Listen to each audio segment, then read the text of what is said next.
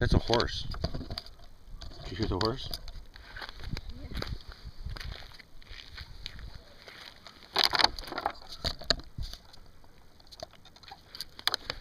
Alright guys, I don't know if you can see that or not, but this is that little Hugelkulture bed that I kind of cut in there. It's not really a Hugelkulture bed, I just basically laid logs across here.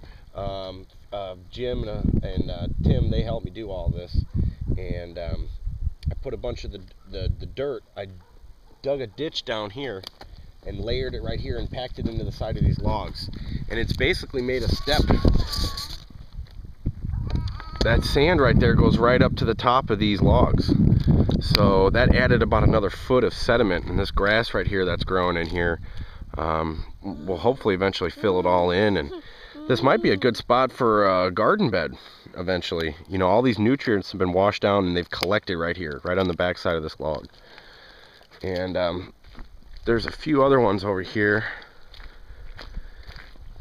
that are doing basically the same thing, but it's not as tall as that one.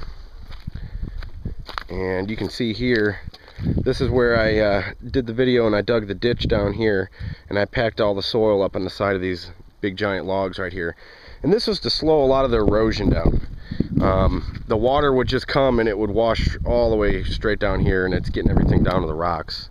You know, all the topsoil and everything that was nutrient rich has been washed down, and a lot of the stuff that's left is clay and sand and rock. And but it is holding a lot of this stuff back, as you can see. So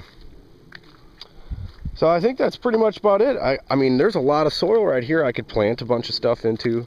I could even put some wheat or rye in there, and those roots will kind of work like a web system and just hold everything all in place. And there's a lot more. They go all the way down to that little cold water spring that's down there. And there's a row right here, a row right here, and the tiny house. So thanks for watching, guys.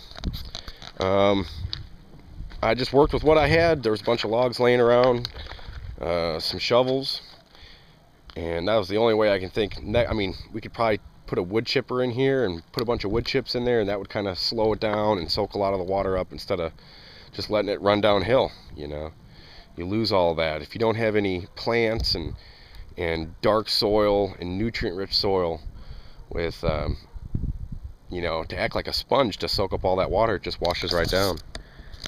And this is the little road that they cut in here when the guy I got the land from had the trees cut. So thanks for watching, guys.